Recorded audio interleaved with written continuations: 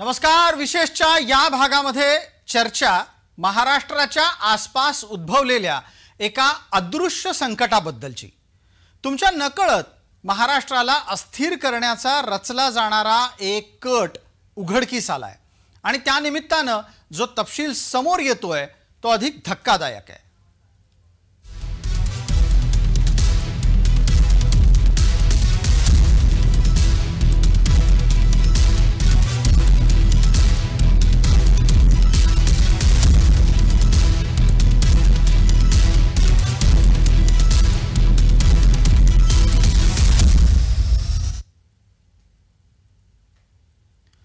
म्यानमारचे रोहिंगे थेट पुण्यात पोहोचले. देहू रोडमध्ये त्यांनी घर सुद्धा बांधलं आणि हे जेव्हा उघडकीस आलं तेव्हा सर्वत्र एकच खळबळ उडाली. या रोहिंग्यांनी देहू रोड परिसरामध्ये घर बांधल्यानंतर प्रश्न हा उपस्थित झाला की इतकं सगळं होईपर्यंत कुणाला कसं कळलं नाही. 2-3 साल हो गया इधर. कब से रह रहे हो? 2-3 साल से. इधर 2-3 साल हो गया. इसके पहले इधर भाड़े से रहते थे. ये इधर भी भाड़े से रहते थे. कम से कम हो गया उनको 15-20 साल. उनकी औरत बच्चे सुपारी का.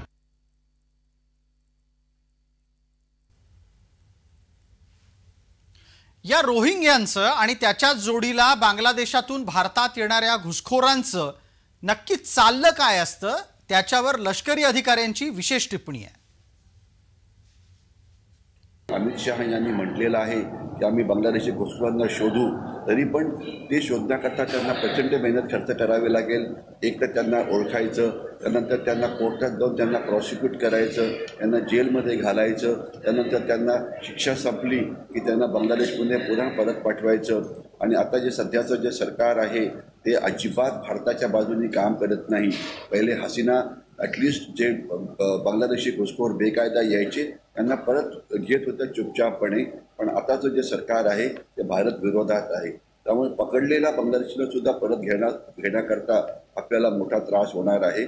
तर बांगलादेशी घुसखोरी हा भारतासमोर असलेलं सुरक्षेचं सर्वात मोठं आव्हान आहे आणि ते आपण स्वीकारायला पाहिजे आणि त्यांना शोधून पाठवायला पाहिजे.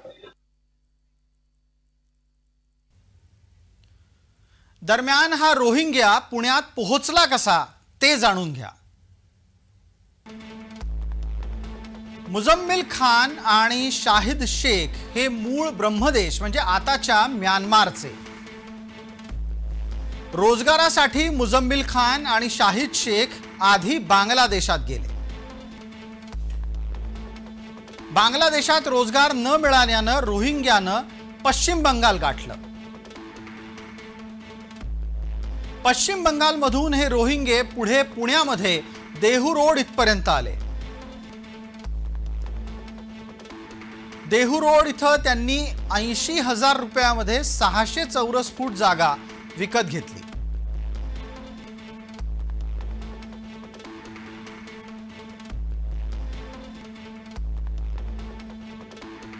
रोहिंग्यांनी बनावट पासपोर्ट आणि आधार कार्ड सुद्धा तयार केलं.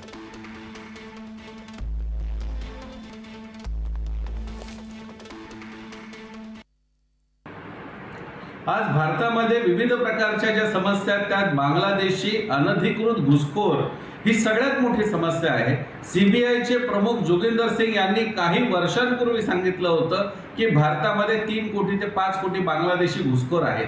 आज हे भारतामध्ये येत आहेत, या ठिकाणी रोजगार मिळवत आहेत, या ठिकाणी विविध प्रकारचे मजदूर म्हणून काम करतायत आणि त्यांना आपल्या देशामध्ये स्वस्तात मिळालेला मजदूर ह्या पद्धतीने विविध ठिकाणी कामावरती घेतलं जात आहे आणि विविध प्रकारच्या सेक्युलरवादी पक्षांनी त्यांना आपली वोट बँक म्हणून त्यांचा वापर करायचा प्रयत्न केलेला आहे. या दृष्टीने काँग्रेसने एकेकाळी IMDT ऍक्ट देखील बनवला होता की ज्यामध्ये बांगलादेशी घुसखोर हे जो त्याचा तक्रार करेल त्यालाच त्यांनी ते सिद्ध करण्याचा अगदी पुरावा दाखवण्यासाठी त्यांना बाध्य केलं होतं. दुसरीकडे आपल्याकडे हे जे बांगलादेशी येत आहेत, हे आम्ही आसामवरून आलो, त्रिपुरातून आलो, सिलचरवरून आलो, असं बंगाली भाषिक बहुल असलेल्या भागातून आल्याचं सांगतात. आणि दुसरीकडे इकडे आल्यानंतर 500-600 रुपयामध्ये त्यांना आधार कार्ड पासून सगळ्या सुविधा मिळतात. आपण अनेक अशी उदाहरणं बघितलेली आहेत की हे बांगलादेशी घुसखोर एकीकडे निवडणूक सुद्धा लढवत आहेत. आणि म्हणून हा जो घुसखोरांचा प्रश्न आहे हा सगळ्यात मोठा आहे. कारण घुसखोर इथे केवळ येत नाही, तो या ठिकाणचा रोजगार त्या ठिकाणी वापरतो, तो त्या ठिकाणी विक्रेता म्हणून आपला व्यवसाय चालू करतो आणि भारतात असलेल्या नागरिकांना सगळ्या ज्या अल्पसंख्याक म्हणून मिळणाऱ्या सुविधा आहेत त्या सगळ्या मिळवण्याचा प्रयत्न करतो. रोहिंग्यांची घुसखोरी तसं पाहायला गेलं तर एक डोकेदुखी आहे. ती केवळ आणि केवळ जगात आणि भारतात फक्त आपल्यालाच त्रास देते अशातला भाग नाही.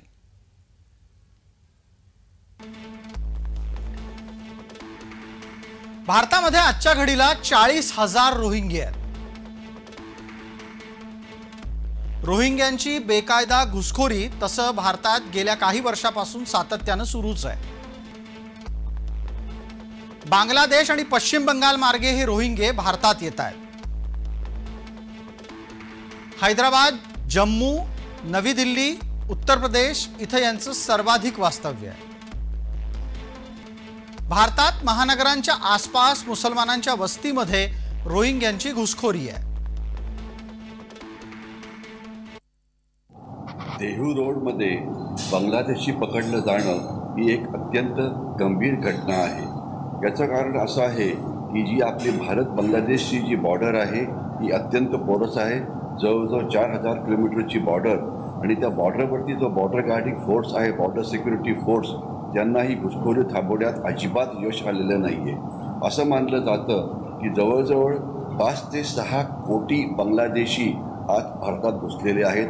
आपल्याला माहिती आहे की 35% लोकसंख्या आसामची बांगलादेशी आहे, 29% लोकसंख्या जी वेस्ट बेंगॉलची आहे ती बांगलादेशी आहे आणि इतर 9 राज्यामध्ये आता बांगलादेशी तिथे आज घुसखोरी करून 9 राज्यांकडे जात आहेत, ज्यामधलं महाराष्ट्र एक अत्यंत महत्त्वाचं राज्य आहे. ज्यावेळेला हे पण एका बाजूला या चिंतेच्या मागे नक्की कारण काय ती शोधावी लागतील आणि त्यात शोधायला गेल्यावर असं लक्षात येतं की भारताची घुसखोरांच्या बाबतची भूमिका हीच बऱ्याचदा वादाचं कारण असते.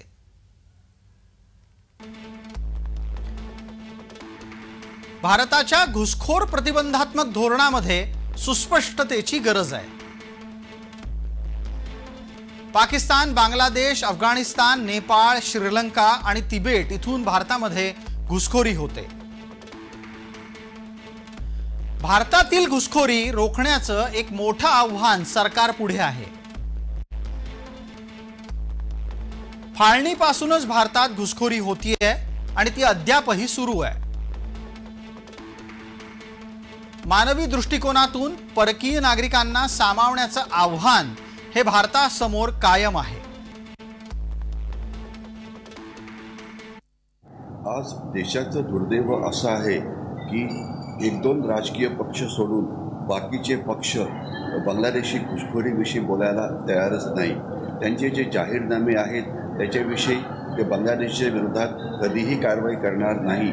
कारण त्यांच्याकरता बांगलादेशी घुसखोरी ही एक मोठी वोट बँक आहे आणि हे एक गठ्ठा मतदान करतात त्या पक्षांकरता जे त्यांचे समर्थक आहे.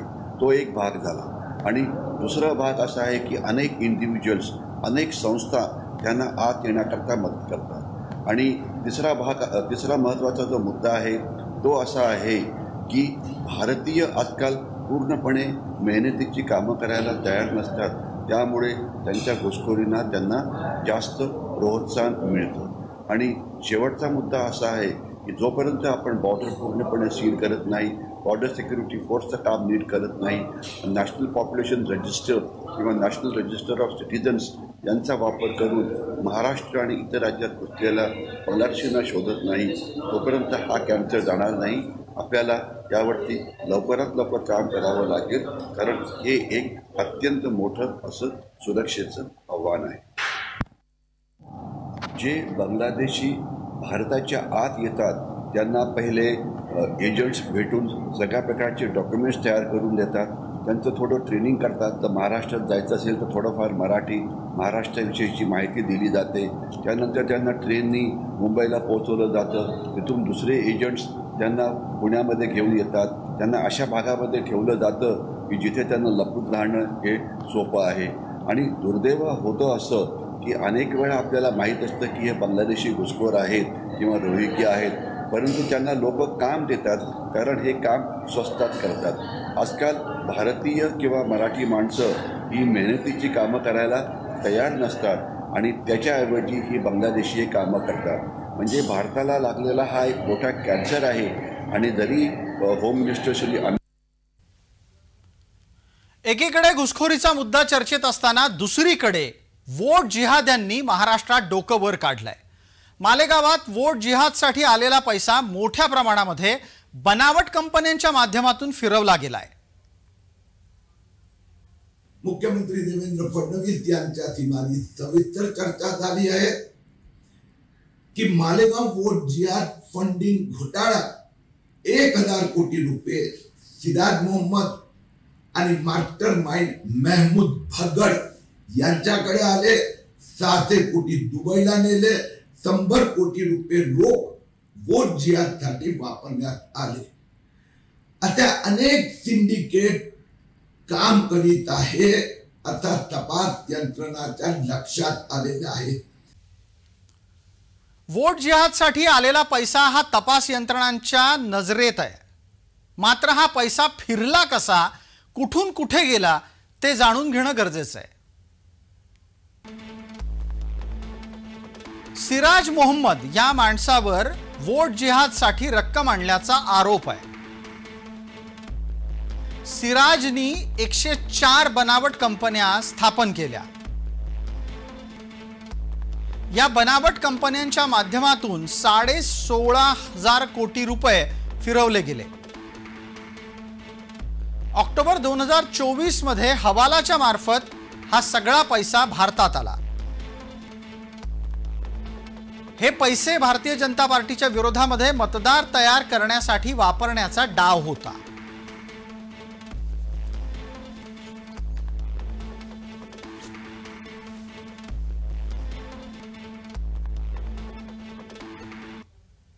देशभरातील 21 राज्याचा 201 बँक ब्रांच मधून 1000 कोटी रुपये मालेगाव व अन्य ठिकाणाहून अहमदाबाद, सुरत, मुंबई या हवाला ऑपरेटरकडे ट्रान्सफर करून तिथून तो पैसा वेगवेगळ्या मार्गाने काही दुबई, काही हिंदुस्थानात वापरला आहे. दरम्यान हे सगळं प्रकरण आत्ताच्या घडीला कुठपर्यंत पोहोचलंय आणि तपास यंत्रणा त्यासाठी काय करतायत याचा आढावा घेतलाय आमच्या स्थानिक प्रतिनिधीनं.